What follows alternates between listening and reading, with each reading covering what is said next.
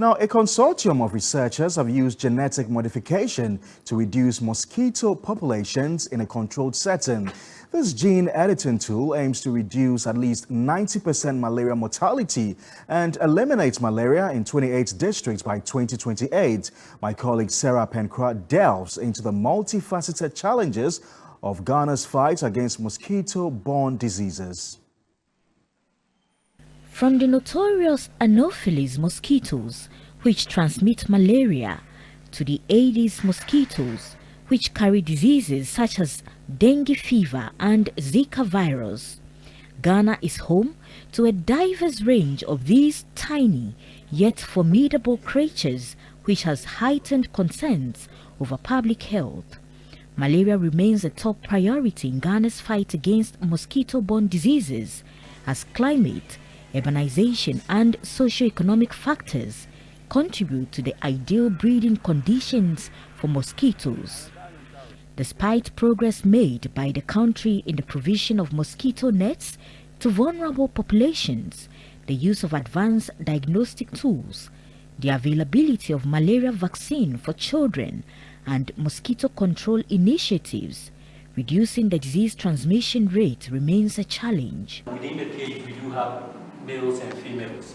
Principal investigator for target malaria in Ghana and senior lecturer at the Department of Animal Biology and Conservation Science at the University of Ghana, Dr. Fred Aboagye-Antwi is among a consortium of researchers who are currently working to develop a new tool to improve management of the disease. We here in the University of Ghana are working with a consortium to kind of understand the role that mosquitoes play within the ecosystem, such that if you remove them from the ecosystem, what will happen to the ecosystem? So what we are doing is to try and have a fair idea of the impact of such a technology on the ecosystem, on human health, on animal health, and on water quality. He said the malaria elimination target can be feasible if there is proper coordination between stakeholders in the implementation of innovative solutions. There has been countries where the disease is borne by some of these mosquitoes have been eliminated, which means that it is doable here as well. Funding for research is very limited, and most of the funding that we get for research comes from the West.